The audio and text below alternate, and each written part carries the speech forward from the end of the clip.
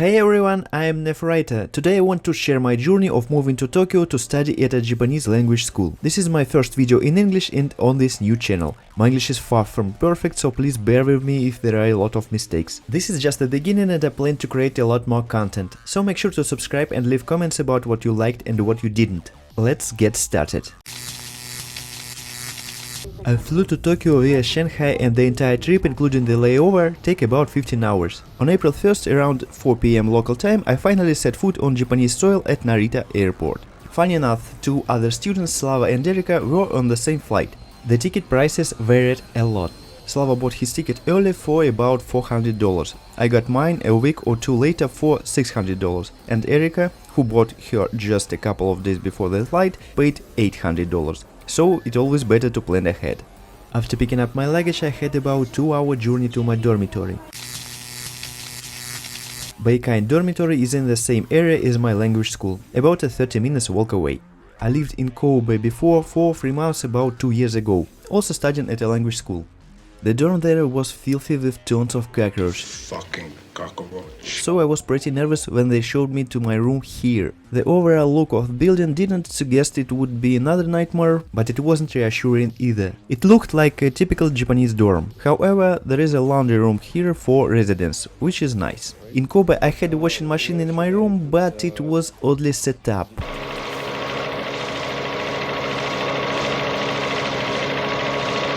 Here there is even a dryer where you can put in a coin and get hot but not fully dry clothes. And here's my room with my name already on the door in English. Drumroll! And here's my room. It's about the same size as the one in Kobe, but two big advantages. It's clean and there is no any cockroaches. The few appliances here look relatively new. There is also an amazing water heater that lets you set the temperature exactly. The bed has a futon which cost an extra $70. There is a wardrobe and an integrated desk. And behind the curtains there is a small balcony where you can dry your clothes and get a view on the bike parking. The main downside of the dorm is the cost. Over the first 3 months I paid more than 280,000 yen, which was around $2,000 at the time. Quite pricey for a small room.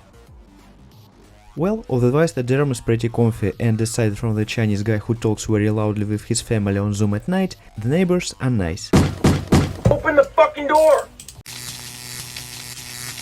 One of the most annoying things here is trash disposal. You can only throw out food waste twice a week between 7:30 and 8 AM. 8 in the morning?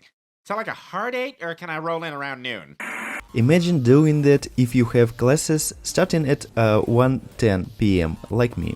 Cans, aluminium, glass and plastic bottles can only be thrown out on Thursday during the same time. Broken umbrellas, frying pans and similar items can only be disposed of on Wednesday every 2 weeks. Every Tuesday and Friday a zombie horde heads to the backyard of the dorm to offer their trash to the garbage god. Only white or transparent bags are allowed, standard black bags won't do. You drop off your bags for regular waste, and on recycling days you sort everything on the spot.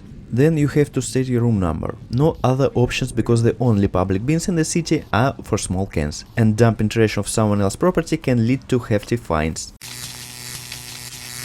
Now for the highlight of today's video, Toyo Language School. This Japanese school for foreign was founded in 1988 and has around 700 students of different levels. I loved my school in Kobe, but TLS is even better, as expected from a school in the capital. Our class included students from Russia, Italy, Germany, Mexico, Taiwan, China, Canada, Turkey and India. We all communicate in English and sometimes try to switch to Japanese. There is a very friendly atmosphere among us. I was placed at level N4. There are 5 main levels from beginner N5 to advanced N1. Contrary to my expectation, the lessons at the second level were much harder than I thought.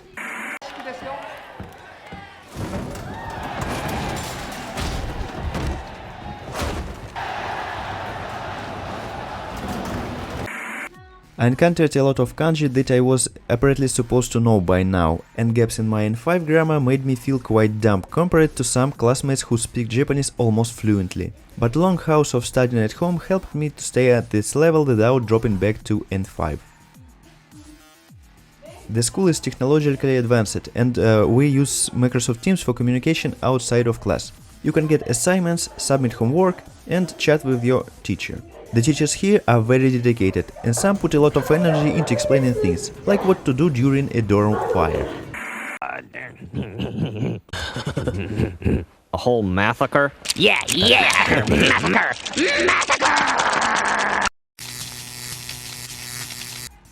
In Japan, every significant beginning is marked by a ceremony, and starting school is no exception. All the new students gathered for this event at the city hall. We were given a program booklet and a pin with a ribbon upon entering the auditorium. The dress code was formal and I wore my cosplay from 13 years ago. A Japanese school uniform inspired by Tamao Serizawa from Crow Zero. Though this time I didn't dye my hair.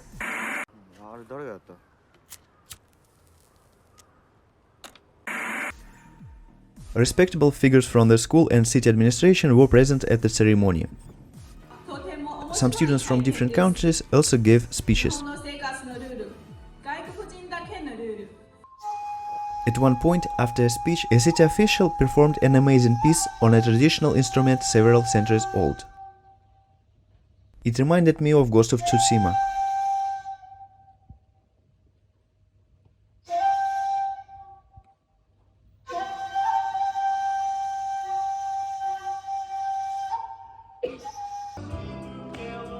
The event ended with a pop song, the lyrics of which were printed on the booklet.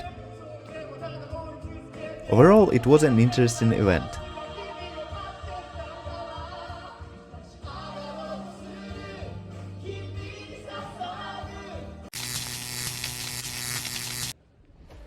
Back to the school topic. Safety is a top priority in Japan due to frequent natural disasters, whether it's evacuating during a tsunami warning or learning to ride a bike safely.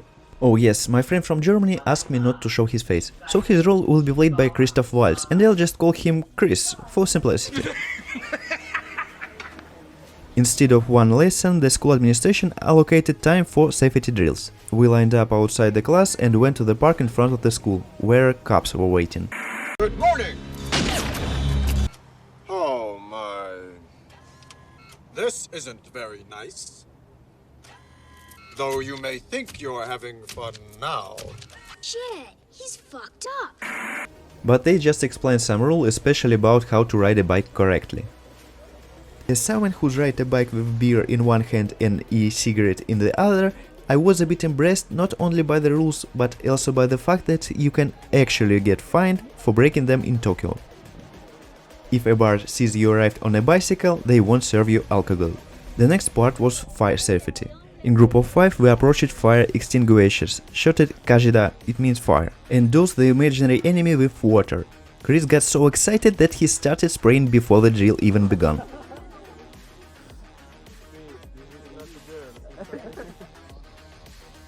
Well, every nation has its own approach to fighting fire. I will now give a demonstration.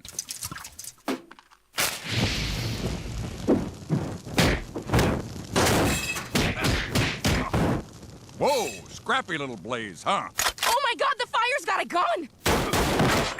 Well, that's all for today. I have a lot of material and I shoot new videos every week. If you like the video, please give it a thumbs up and subscribe. Thanks for watching and see you next time.